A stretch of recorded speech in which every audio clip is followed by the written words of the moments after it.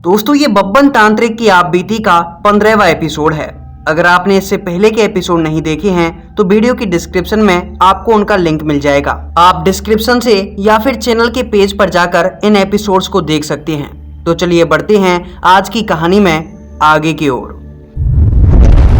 आप देख रहे हैं बैक हॉरर केपी चौधरी के साथ।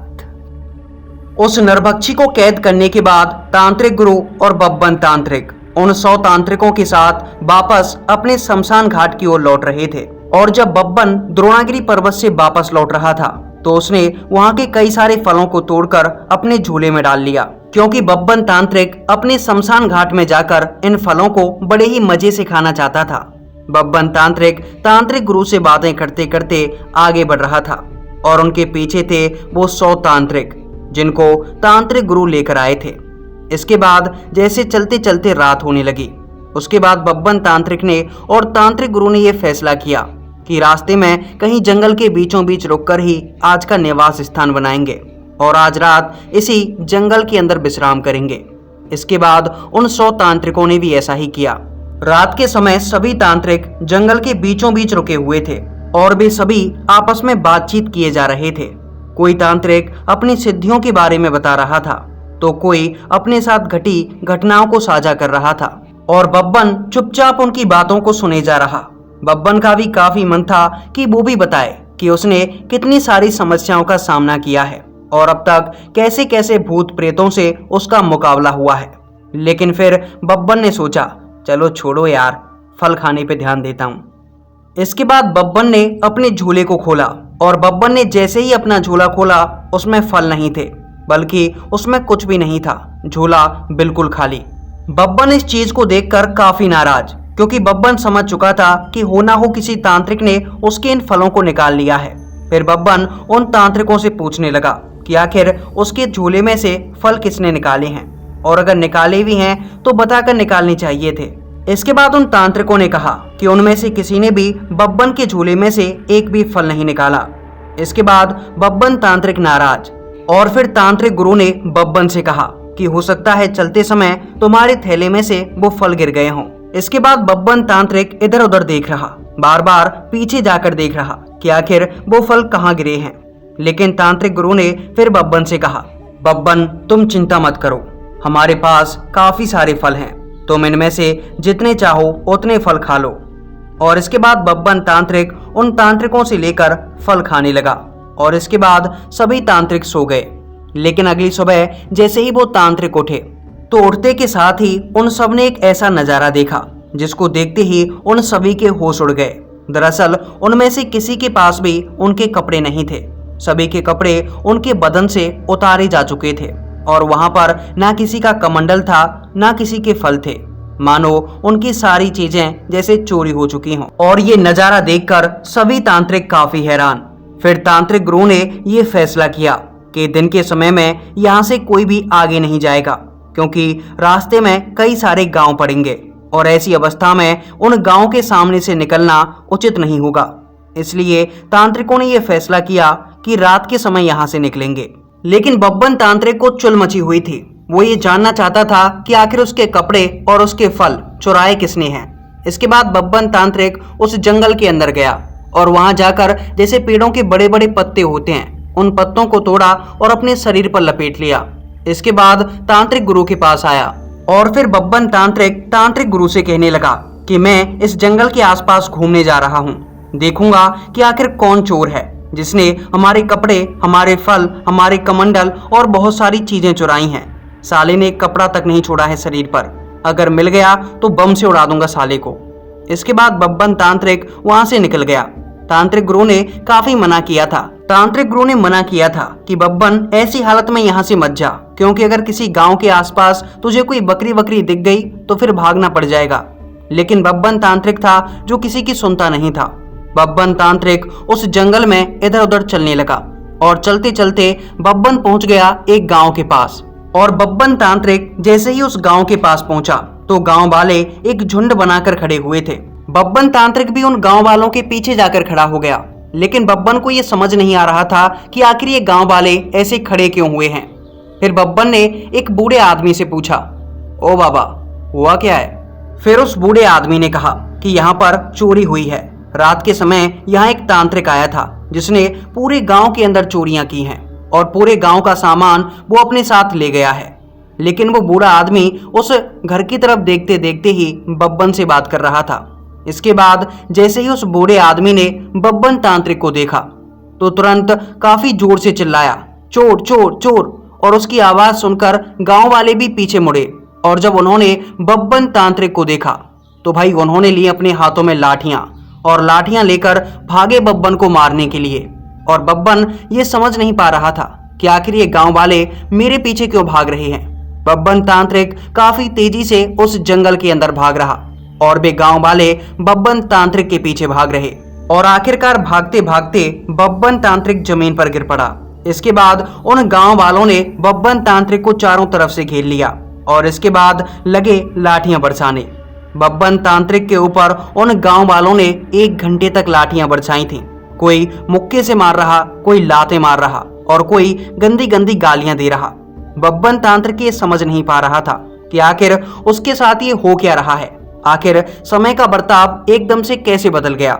इसके बाद बब्बन तांत्रिक चीखते चिल्लाते कह रहा, आखिर मैंने किया क्या है, सालों क्यों मार रहे हो? तो उन गांव वालों ने कहा, साले चोरी करता है, चोरी करता है। रात को गांव का सारा सामान चुरा कर ले गया और दिन में आके पूछ रहा है कि आखिर गांव में हुआ क्या है। साले बेवकूफ समझाए हमको। इसके बाद उन गांव वालों ने जो बब्बन की तबीयत से पिटाई की, भाई बब्बन से चला नहीं जा रहा और उन्होंने बब्बन को साफ साफ हिदायत दी थी कि अगर अब की बार इस गांव में दिखा तो तेरे हाथ पैर तोड़ देंगे। इसके बाद बब्बन तांत्रिक चीखते चीखते कह रहा, अरे नहीं आऊंगा, नहीं आऊंगा भाई, इस गांव के अंदर तो क्या, मैं साला इस जंगल के अंदर ही नहीं आऊंगा। आज पहली बार छोड़ दो, पहली बार गलती हुई है। वैसे तो बब्बन तांत्रिक ने कुछ गलती नहीं की थी, लेकिन भाई मरता क्या नहीं करता, इसलिए बब्बन तांत्रिक ने सोचा कि चलो अपनी गलती मान लेता हूँ, साले गाँव वाले छोड़ेंगे तो सही। इसके बाद उन गाँव वालों ने रहम खाकर बब्बन तांत्रिक को छोड़ दिया और बब्बन तांत्रिक भागा वापस से अपने तांत्रिक गुरु के पास। उसने कहा कि साला हड्डी वड्डी टूट चुकी हैं, इनका उपचार करवाऊंगा, थोड़ा छिल भी गया हूँ। उसके सर पे भी बहुत लातें मारी थी लोगों ने। इसके बाद बब्बन भागते भागते तांत्रिक गुरु के पास पहुंचा, लेकिन तांत्रिक गुरु के पास जाकर बब्बन ने देखा कि वहां पर तांत्रिक गुरु और जो बाकी के 100 तांत्रिक थे वे सभी जमीन पर लोटपोट पड़े थे, मानो किसी ने उनको काफी बुरी तरह से पीटा हो। बब्बन तांत्रिक उनका ये हाल देखकर समझ चुका था कि आखिर उनको कितना दर्द हो रहा होगा, क्योंकि बब्बन भी ऐसे ही मार खाकर आया था। बब्बन तांत्रिक गुरु के पास गया और उनसे कहने लगा, कोई बात नहीं गुरुदेव, मैं जान सकता हूँ, यहाँ के जो गांव वाले साले बहुत हरामी हैं, मुझे भी पीटा और यहाँ पे आके आपको भी पीट गए। इसके बाद तांत्रिक गुरु की नजर जैसे ही बब्बन तांत्रिक के ऊपर गई तो तांत्रिक गुरु ने बब्बन का हाथ पकड़ लिया और इसके बाद जो 100 तांत्रिक वहां पर पड़े हुए थे वे सब एक साथ खड़े हुए और उन्होंने बब्बन को पीटना शुरू कर दिया। कोई घूंसे बरसा रहा, कोई लातें बरसा रहा और किसी ने वहां के पेड़ों की डालियों को तोड़कर जैसे लाठियां बना ली थीं। उन डंडों से बब्बन तांत्रिक की पिटाई हो रही और बब्बन तांत्रिक चीखे जा रहा और बाकी के तांत्रिक बब्बन तांत्रिक को गंदी गंदी गालियां दे रहे, साले चोरी करता है, चोरी करता है, साले तूने तांत्रिकों का नाम मिट्टी में मिला दिया, साले अब कहाँ है, अब कहाँ है तेरी वो लाठी और कहाँ है तेरे वो भूत प्रेत जिनसे तूने अभी थोड़ी देर पहले हमको पिटवाया था, अब लेके आना उनको, अब क्यों मार खा रहा है पड़ा पड़ा। वे तांत्रिक गुरु और बाकी के तांत्रिक बब्बन तांत्रिक को सुनाए जा रहे, लेकिन बब्बन तांत्रिक कुछ समझ नहीं पा रहा कि आखिर ये उसके साथ आज हो क्या रहा है। इसके बाद बब्बन उनके बीच से निकला और एक लंबे से पेड़ के ऊपर जा चढ़ा। पेड़ के ऊपर चढ़ने के बाद बब्बन तांत्रिक जोर जोर से रोने लगा।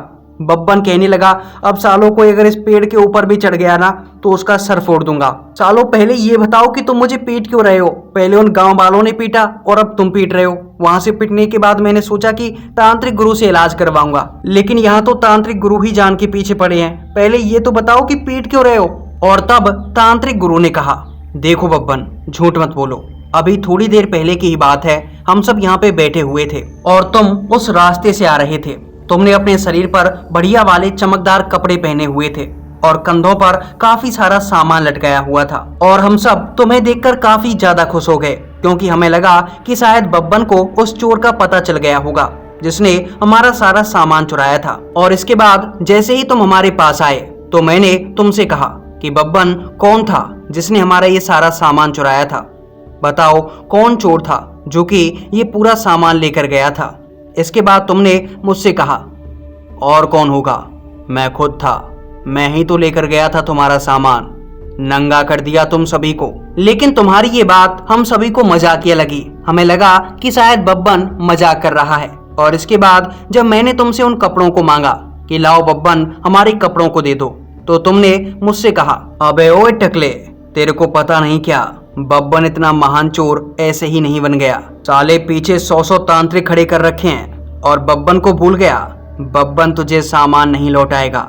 और इसके बाद तुमने मेरे सर पर एक टपली मारी और टपली मारकर वहां से भाग गए। इसके बाद जब इन 100 तांत्रिकों ने तुम्हारा पीछा किया तो तुमने इन सभी को बहुत बुरा पीटा था। यहाँ तक कि कमीने तूने मुझे भी नहीं छोड़ा। मेरे सर पे भी तूने लाठियां बरसाई थी और अब चुपचाप उस पेड़ के ऊपर बैठकर एक्टिंग कर रहा है कि तुझे कुछ पता ही नहीं है। नीचे आ कमीने, उस पेड़ से नीचे आ। आज तुझे महान तांत्रिक बना ही देता हूँ। और इसके बाद बब्बन तांत्रिक ने जब ये बातें सुनी तो बब्बन तांत्रिक रोते रोते कह रहा, मेरा विश्वास कीजिए गुरुदेव, मैंने ये चोरियां नहीं की और ना ही मैंने आपको पीटा है। लेकिन तांत्रिक गुरु और उन बाकी के तांत्रिकों को बब्बन के ऊपर काफी गुस्सा आ रहा। वो जैसे बब्बन को खत्म कर देना चाहते थे। बब्बन ने माहौल देखा और बब्बन एक पेड़ से दूसरे पेड़ पर छलांगे लगाता हुआ काफी दूर भाग गया। बब्बन ने सोचा कि अब साला इनके पास आऊंगा ही नहीं। बेतांत्रिक भी बब्बन का पीछा करने लगे, लेकिन बब्बन थोड़ी ही देर में वहां से काफी दूर भाग गया था। इसके बाद बब्बन तांत्रिक एक जगह पर बैठा हुआ और सोच रहा कि आखिर मेरे साथ ये हो क्या रहा है, कौन है जो कि चोरियां कर रहा है और इंजाम मेरे ऊपर आ रहा है। इसके बाद बब्बन तांत्रिक उसी जगह पर बैठा हुआ था। दरअसल बब्बन एक पेड़ के नीचे बैठकर ये सब कुछ सोच रहा था। बब्बन को ये सब सोचते हुए शाम हो गई और थोड़ी देर बाद ही उस जंगल के अंदर अंधेरा हो गया। फिर बब्बन तांत्रिक बैठा बैठा ये सोच रहा कि आखिर तांत्रिक गुरु और वे तांत्रिक क्या कर रहे होंगे। चलो उनके पास जाता हूँ और देखता हूँ कि कहीं मुझे पीटने की कोई योजना तो नहीं बना रहे। फिर बब्बन तांत्रिक उन तांत्रिकों की ओर बढ़ने लगा। लेकिन जब बब्बन रास्ते में आगे बढ़ रहा था तो बब्बन ने देखा कि उस जंगल में एक और तांत्रिक बैठा हुआ है और उस तांत्रिक ने बब्बन की ओर पीठ की हुई थी। बब्बन उस तांत्रिक को देख पा रहा था। उसके आसपास काफी सारा सामान रखा हुआ था, जैसे वो ये सामान कहीं से लेकर आया हो। और वो तांत्रिक इस सामान को देख देख कर काफी जोर से हंसे जा रहा था। बार बार उसके कुछ शब्द बब्बन के कानों में पड़ रहे थे। अब मुझे एक महान चोर बनने से कोई नहीं रोक सकता। मैं बनूंगा इस दुनिया का सबसे महान चोर और फिर बताऊंगा अपने तांत्रिक गुरु को कि मैं कितना बड़ा चोर हूँ। ऐसी ऐसी चीजों की चोरियां की हैं जिनके बारे में तांत्रिक गुरु को पता तक नहीं कि आखिर ये चीजें होती क्या हैं, इनके नाम क्या हैं, मुझे खुद नहीं पता। लेकिन जो भी हो, खाने में ये चीज काफी स्वादिष्ट है। बब्बन तांत्रिक उस तांत्रिक के पीछे खड़ा होकर उसकी इन बातों को सुन रहा और ये देखने की कोशिश कर रहा कि आखिर ये ऐसी कौन सी चीज खा रहा है जिसके बारे में इसे खुद भी नहीं पता। कहीं किसी हलवाई की दुकान से कोई मिठाई तो चोरी करके नहीं लाया। फिर बब्बन के मुंह में भी पानी आने लगा और बब्बन तांत्रिक जल्दी जल्दी उसके पास चला गया। बब्बन को लग रहा था कि अगर कोई मिठाई खा रहा होगा तो इससे गिड़गिड़ाकर भीख मांगकर इससे मिठाई मांग लूंगा। लेकिन जैसे ही बब्बन उस तांत्रिक के पास गया तो उसे देखकर बब्बन तांत्रिक पूरी तरह से हैरान, क्योंकि वो बिल्कुल बब्बन तांत्रिक की तरह ही लग रहा था। और शायद उस दिन बब्बन तांत्रिक ने देखा था अपना असली रूप कि आखिर बब्बन तांत्रिक दिखने में कितना भद्दा लगता है। सर पे एक भी बाल नहीं, बिल्कुल टकली खोपड़ी और इसके बाद उसका वो भद्दा सा चेहरा। बब्बन तांत्रिक उसे देखकर कह रहा, अरे तुम तो मेरी तरह दिखते हो, कौन हो तुम? फिर बब्बन तांत्रिक की बात सुनकर उस तांत्रिक ने कहा, बब्बन तांत्रिक नाम है मेरा। बब्बन एक महान चोर, एक ऐसा चोर जिसकी चोरियों के किस्से सुनाए जाते रहे हैं, जिसने अब तक ऐसे ऐसे घरों से चोरियां की हैं जिनमें जाना आम इंसान के लिए नामुमकिन सी बात है। बब्बन तांत्रिक इस दुनिया का सबसे महान चोर बनना चाहता है। अब वो खुद को बब्बन तांत्रिक बता रहा था और उसके आसपास काफी सारा सामान भी रखा हुआ था। बब्बन के वो फल उसके पास रखे हुए थे जिनको बब्बन तोड़कर लाया था। बब्बन तांत्रिक उसकी बातों को बड़े गौर से सुन रहा, क्योंकि बब्बन तांत्रिक ये समझ चुका था कि ये कोई छलावा है, कमीना मुझे बेवकूफ बनाने की कोशिश कर रहा है। और इसकी वजह से मैं उन गांव वालों से पिटा और फिर तांत्रिक गुरु से पिटा। लेकिन दूसरी तरफ का वो चोर बब्बन अभी भी बहुत बड़ी बड़ी बातें किए जा रहा और उसकी इन बातों को सुन सुनकर बब्बन तांत्रिक पक चुका था, क्योंकि बब्बन की समझ में आ चुका था कि ये कोई बब्बन तांत्रिक चोर नहीं है, बल्कि ये एक छलावा है। और इसके बाद बब्बन तांत्रिक ने गुस्से में आकर पास के पेड़ से एक हरी भरी डाल को तोड़ा और फिर बब्बन तांत्रिक उस डाल को छील रहा, उसके ऊपर की जैसे खाल को उचेल रहा था। इसके बाद बब्बन ने उसे एक डंडा बना लिया और बब्बन उस डंडे को उस टकले के सर पर मारना चाहता था। बब्बन मन ही मन सोच रहा, बेटे आज तेरा पाला बब्बन से पड़ा है, बब्बन से। ये छलावे वाली तकनीकें आम इंसानों पर चलती हैं, बब्बन पर नहीं। इसके बाद बब्बन तांत्रिक ने उससे बातें करते करते ही उस डंडे को रेडी कर लिया, क्योंकि बब्बन को यह पता था कि अगर इस छलावे को थोड़ा सा भी शक हुआ कि मैं इसे डंडे या लाठी से मारना चाहता हूँ, तो फिर ये कमीना खड़ा होकर यहाँ से भाग जाएगा और मुझे इस जंगल के अंदर इसे ढूंढना पड़ेगा। इसके बाद बब्बन उससे बातें करते करते उसके पास जा रहा और फिर बब्बन उसके ठीक पास जा पहुंचा और फिर बब्बन ने बातों ही बातों में अपने पीछे से वो डंडा निकाला और डंडा निकालते ही उसके सर पर 3-4 दे मारे। और इसके बाद वो टकला, जो कि खुद को बब्बन तांत्रिक बता रहा था, वो खड़ा हुआ और उसने बब्बन तांत्रिक को गर्दन से पकड़ लिया और अब उसने बब्बन को एक हाथ से गर्दन से पकड़ रखा था और दूसरे हाथ से वो बब्बन के पेट पर मुक्के मारे जा रहा। अब बब्बन तांत्रिक उस टकले से पिट रहा और मन ही मन सोच रहा कि भाई गलती हो गई, ये कोई छलावा नहीं है, बल्कि ये सचमुच में कोई बब्बन तांत्रिक ही है जो कि चोरी करने का काम करता है। इसके बाद बब्बन ने रो झींक कर उससे कहा, अरे छोड़ दो यार, अरे छोड़ दो, अरे मर जाऊंगा भाई, महान तांत्रिक बनना है भाई मुझे, अरे छोड़ दो, तुम तो मेरे जैसे ही दिखते हो, सेम रूप है भाई अपना, सेम टू सेम हम शक्ल है यार, छोड़ दो। और जब बब्बन ने उससे ऐसा कहा तो उस तांत्रिक ने बब्बन को छोड़ दिया।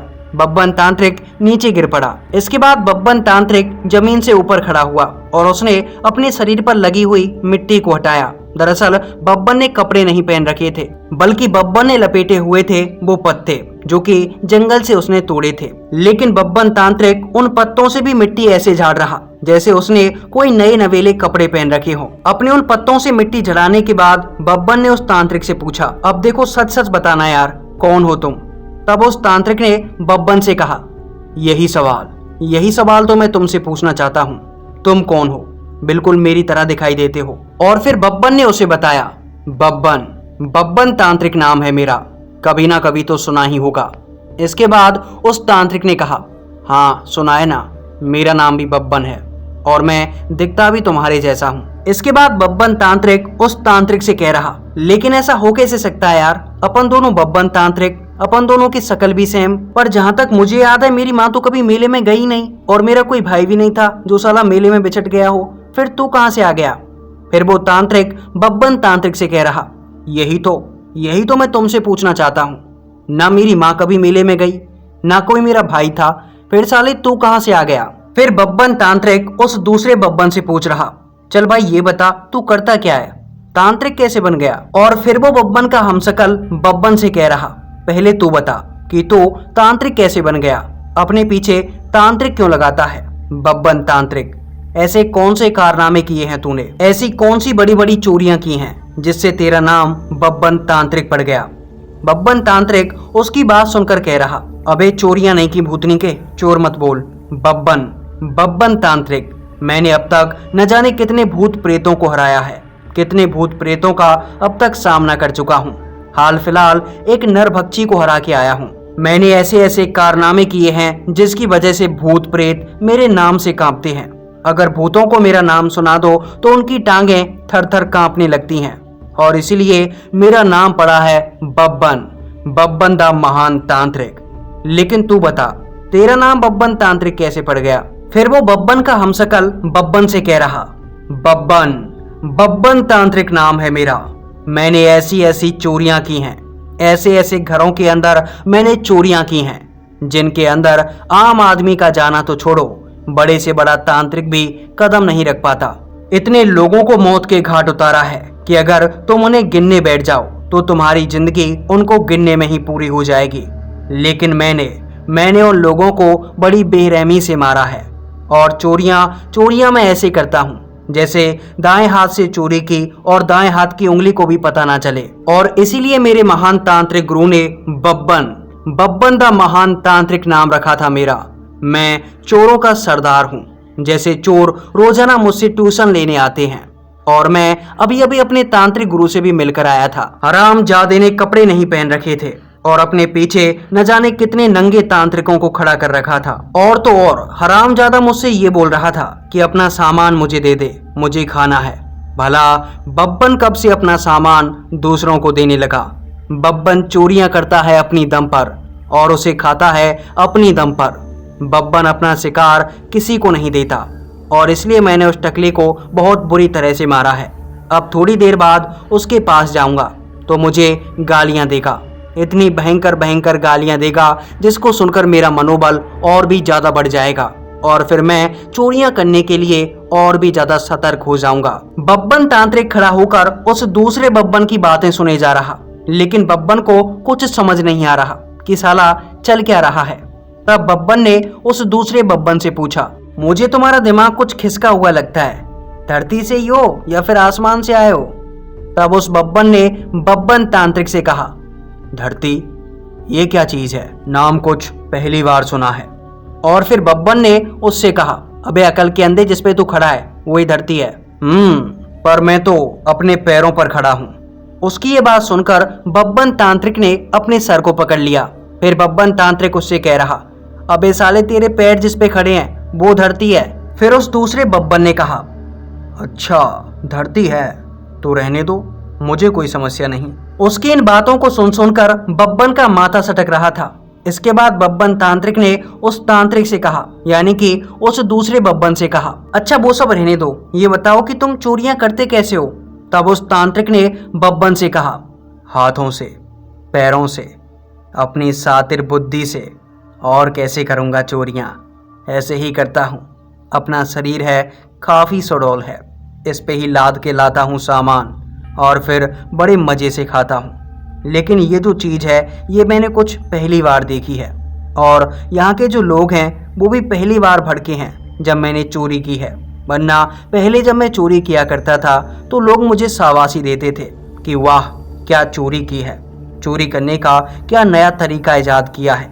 लेकिन अब की बार जब मैं लोगों के घरों से सामान चुरा के लाया तो लोग मुझे गालियां दे रहे थे।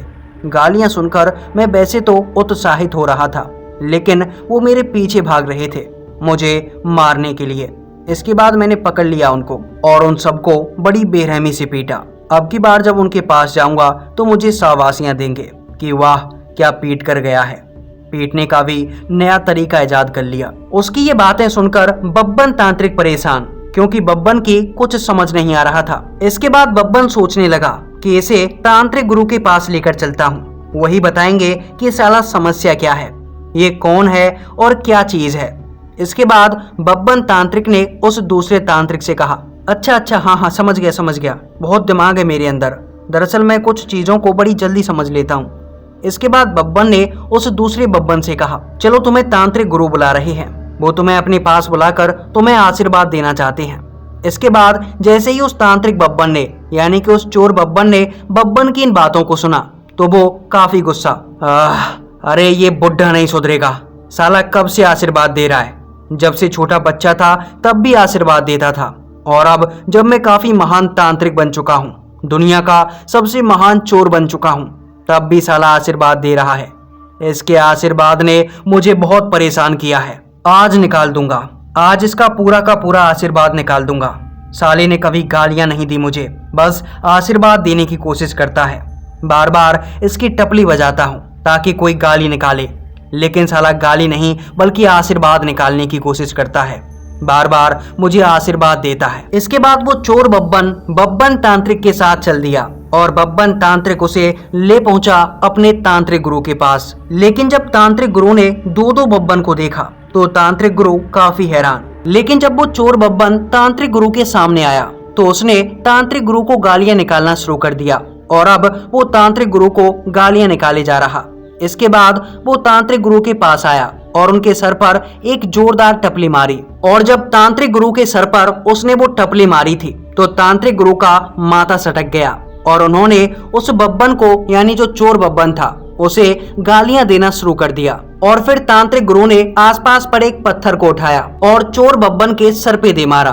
और जब उस चोर बब्बन के सर पर वो पत्थर पड़ा तो वो चोर बब्बन काफी खुश, और इसके बाद वो अपना सीना चौड़ा करके बब्बन तांत्रिक से कह रहा, देखा देखा, मैंने कहा था ना, बब्बन तांत्रिक महान ही इतना है, इतना बड़ा महान चोर है कि तांत्रिक गुरु चाहकर भी उसे आशीर्वाद नहीं दे सकते। इसके बाद बब्बन तांत्रिक वहां खड़ा खड़ा सोच रहा कि साला मैं पागल हो जाऊंगा, ये चल क्या रहा है, मुझे कुछ समझ नहीं आ रहा।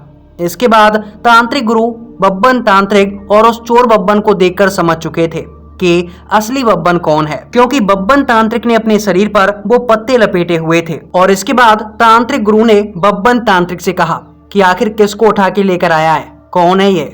इसके बाद बब्बन तांत्रिक ने तांत्रिक गुरु से कहा, पता नहीं कौन है, खुद को बब्बन तांत्रिक बता रहा है। इसके बाद तांत्रिक गुरु ने अपनी दिव्य दृष्टि से उस चोर बब्बन तांत्रिक की तरफ देखा और उसको देखते ही तांत्रिक गुरु समझ गए कि ये धरती का निवासी नहीं है। और इसके बाद तांत्रिक गुरु ने बब्बन तांत्रिक और उस चोर बब्बन से कहा, बब्बन, ये जो बब्बन है ये इस धरती का निवासी नहीं है, बल्कि ये किसी दूसरे ग्रह से यहाँ पर आया है। और फिर वो चोर बब्बन बोला, हाँ लग तो मुझे भी ऐसा ही रहा है, क्योंकि साला यहाँ पे सब कुछ अलग ही अलग है, मेरे ग्रह जैसा कुछ है ही नहीं।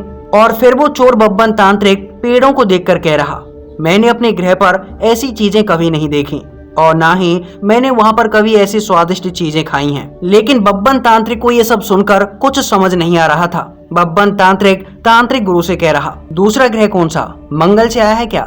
इसके बाद तांत्रिक गुरु ने बब्बन से कहा, नहीं, मंगल से नहीं, समानांतर ब्रह्मांड, समानांतर ब्रह्मांड के बारे में तुम नहीं जानते। दरअसल जैसे हम धरती पर यहाँ पर जी रहे हैं, जैसे इस धरती पर तुम हो, मैं हूँ, बाकी के तांत्रिक हैं और बाकी के लोग हैं, ठीक उसी तरह ही हमारी पृथ्वी की तरह इस ब्रह्मांड में बाकी और बहुत सारे ग्रह हैं, जिन ग्रहों पर मैं हूँ, तुम हो और भी सारे लोग हैं। जैसे एक बब्बन यहाँ धरती पर है, ठीक तुम्हारे जैसे ही लोग काफी सारे ब्रह्मांडों में मौजूद हैं। तुम कई जगहों पर अलग अलग कार्य कर रहे हो, जैसे यहाँ पर तुम एक तांत्रिक हो और ये जो चोर आया है इस जगह पर तुम एक चोर हो, और अलग अलग ब्रह्मांडों में हो सकता है कहीं तुम एक किसान हो, कहीं पर तुम एक अध्यापक हो, और हो सकता है कि कहीं कहीं पर तुम अभी बस एक बच्चे हो। ठीक उसी तरह से जो ये चोर बब्बन है, हो सकता है कि ये किसी और दूसरे समानांतर ब्रह्मांड का रहने वाला है, जिसका नाम तो बब्बन तांत्रिक है, लेकिन इसके ग्रह पर यहाँ से सब कुछ उल्टा है। जैसे यहाँ गालियां देने को एक बुरी चीज माना जाता है, लेकिन हो सकता है कि इसके ग्रह पर गालियां देना आशीर्वाद के समान माना जाता हो। यहाँ पर चोरी करना पाप माना जाता है, लेकिन हो सकता है कि इसके वहां पर चोरी करना एक महान काम माना जाता हो। और जैसे हमारे इस ग्रह पर कुश्ती करने के अलग अलग दांव सिखाए जाते हैं, हो सकता है कि इसके ग्रह पर चोरी करने के अलग अलग तरीके सिखाए जाते हों, और जो सबसे अच्छी तरीके से चोरी करता हो उसे वहां पर एक महान तांत्रिक का दर्जा दिया जाता हो, एक महान चोर तांत्रिक का। तांत्रिक गुरु अभी ये सब कह ही रहे थे कि तभी वो चोर बब्बन तांत्रिक बोला, जी जी जी, बिल्कुल बिल्कुल, ऐसा ही है, ऐसा ही है, आप बिल्कुल सही बोल रहे हो। और इसके बाद उस बब्बन तांत्रिक ने तांत्रिक गुरु की इन बातों में हामी भरी, और फिर वो चोर तांत्रिक तांत्रिक गुरु के चरणों में गिर गया। इसके बाद उसने तांत्रिक गुरु से कहा कि कैसे भी करके मुझे अपनी उस दुनिया में भेजिए। फिर बब्बन तांत्रिक तांत्रिक गुरु से पूछने लगा कि आखिर ये इस दुनिया में आया कैसे होगा। तब तांत्रिक गुरु ने बब्बन तांत्रिक को बताया कि हमारे ब्रह्मांड में काफी सारे ब्लैक होल हैं, और उन ब्लैक होल्स की मदद से आप समानांतर ब्रह्मांड में यात्रा कर सकते हैं, लेकिन ब्लैक होल के अंदर जाया नहीं जा सकता, वहां पहुंचना सबसे कठिन होता है। लेकिन ये जो चोर बब्बन तांत्रिक है, इसके यहाँ आने का कारण एक ही हो सकता है कि शायद ये समय के किसी भ्रम में फंस गया हो और इसके बाद ये सीधा पृथ्वी लोक पर आ गया हो। तांत्रिक गुरु की ये बातें सुनने के बाद वो चोर बब्बन तांत्रिक तांत्रिक गुरु से कहने लगा कि कैसे भी करके मुझे अपने उस दुनिया में भेजिए जहाँ से मैं आया हूँ। इसके बाद तांत्रिक गुरु ने कहा कि ऐसा करना संभव तो है, तुम्हें वापस अपनी दुनिया में भेजा तो जा सकता है, लेकिन इसके लिए मुझे काफी सारी सिद्धियां करनी होंगी, और इन सिद्धियों को करने के लिए मुझे लगभग 100 महीने का समय लगेगा। 100 महीने बाद ये सिद्धियां संपूर्ण हो जाएंगी और इसके बाद ही मैं तुम्हें तुम्हारी दुनिया में भेज सकता हूँ। लेकिन इसके लिए मुझे कुछ समय लगेगा। लेकिन इस समय तक सिद्धियां करने के कारण मैं कुछ कर नहीं पाऊंगा, इसलिए मेरे पास एक काम है जो कि बब्बन तांत्रिक को करना होगा। फिर बब्बन तांत्रिक ने तांत्रिक गुरु से कहा कि आप बस एक बार आदेश कीजिए, मुझे कौन सा काम करना है। फिर तांत्रिक गुरु ने बब्बन तांत्रिक से कहा कि बब्बन, जब मैं जवान हुआ करता था उस समय एक इंसान था जिससे मेरा पाला पड़ा था और उस इंसान ने भरी सभा में मेरी बहुत बेइज्जती की थी। उस समय पर मैं उससे बदला नहीं ले पाया था, लेकिन अब मैं ये चाहता हूँ कि तुम उससे बदला लो। तांत्रिक गुरु की बात सुनकर बब्बन तांत्रिक ने कहा कि आखिर किसने आपकी बेइज्जती की थी, आप बस उसका नाम बता दीजिए, मैं उसकी ईंट से ईंट बजा दूंगा और उसकी ऐसी बेइज्जती करूंगा कि वो रोता फिरेगा। और फिर तांत्रिक गुरु ने बब्बन को बताया कि वो हरामी पंजाब का रहने वाला है और उस हरामी को भूतों की किस्से कहानियां सुनने का और सुनाने का बहुत शौक है। वो लोगों को भूतों की कहानियां सुनाता है। एक बार जब मैं पंजाब गया हुआ था तो उससे मेरी मुलाकात हो गई और इसके बाद उसने मुझसे कहा कि मेरी जैसी भूतों की कहानियां सुना के बता। और मैं ठहरा तांत्रिक, मैंने गुस्से में आकर उससे शर्त लगा ली कि मैं तुझसे भी अच्छी भूतों की कहानियां सुना सकता हूँ। और इसके बाद उसने अगली ही रात मुझे लोगों के बीच में बुला लिया। दरअसल वहां पर एक चौपाल लगी हुई थी और उसमें काफी सारे आदमी बैठे हुए थे और वो हरामी उनको भूतों की कहानियां सुना रहा। जब वो भूतों की कहानियां सुनाता तो लोग उसकी कहानियों पर हंसते और डरने की एक्टिंग करते। लेकिन जब उसने मुझसे भूतों की कहानियां सुनाने के लिए कहा और मैंने ऐसी ऐसी खतरनाक भूतों की किस्से कहानियां सुनाई जिनको सुनकर वो खुद कांपने लगा था और उसके आसपास जो आदमी बैठे हुए थे वो मेरी कहानियां सुनकर वहां से भाग खड़े हुए। और जब तक मैंने कहानियां सुनाई तब तक उस हरामी ने अपने कानों में उंगलियां डाल रखी थी और जैसे ही मैंने कहानियां सुनाना बंद किया तो उस हरामी ने अपने कानों से उंगलियां बाहर निकाल ली और जो लोग वहां से भागकर गए थे वे सभी वापस आ गए। इसके बाद वो लोग और वो हरामी मुझसे कहने लगा, बता बता क्या कहानी सुनाई थी तूने, हमने सुना नहीं। और इसके बाद जब मैंने उस हरामी से कहा कि अभी अभी मैंने तुम्हें एक कहानी तो सुनाई थी लेकिन तुमने सुना नहीं, तुमने अपने कानों में उंगलियां डाल रखी थी, तब वो हरामी बोला, उंगली कहाँ डाल रखी थी, वो तो मैं कानों में कुछ फंस गया था, उसे निकालने की कोशिश कर रहा था। मुझे लगा कि तुम कहानियां सुनाओगे तो उंगलियां निकाल लूंगा, लेकिन तुमने कहानी सुनाई नहीं और मैं बस उस चीज को ढूंढता रहा कि आखिर मेरे कान में फंसा क्या है। फिर उसने मुझसे कहा, कहानियां सुना, कहानियां, बातें मत बना। और इसके बाद जब मैंने उन आसपास के लोगों से कहा कि भाई अभी मैंने कहानी सुनाई थी, आप लोगों ने तो सुनी थी और आप डर के मारे यहाँ से भाग गए थे, तो वो लोग बोले कि हम भागे कहाँ थे, दरअसल हमारे घर में पराठे बने थे, पराठे खाने गए थे।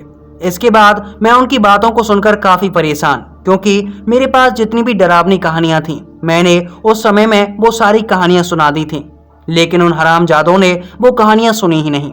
और इसके बाद उस हरामी ने धक्के मारकर मुझे वहां से निकाला था और उन लोगों ने मेरे पिछवाड़े पर जो लातें मारी थी, मैं चाहकर भी उन लातों के दर्द को आज तक नहीं भुला पाया। हाय, आज भी मेरे पिछवाड़े में दर्द होता है। बब्बन, तुम्हें बदला लेना होगा, तुम्हें उस हरामी से मेरी इस बेइज्जती का बदला लेना होगा। और तब बब्बन ने तांत्रिक गुरु से कहा था कि आप एक बार उसका नाम बताइए, मैं उसकी ईंट से ईंट बजा दूंगा।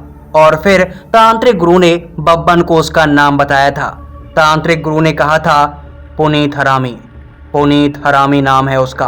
कमीना भूतों की कहानियां बहुत सुनाता है और भूतों की कहानियां सुनने का उसे बहुत शौक है। जाओ और जाकर उसे भूत प्रेतों के कुछ ऐसे किस्से सुनाकर आओ जिसको सुनने के बाद उसकी आगे से गीली और पीछे से पीली हो जाए। तांत्रिक गुरु की ये दर्द भरी आप बीती सुनकर बब्बन तांत्रिक का जी भराया था और उसका खून जैसे उबालें ले रहा।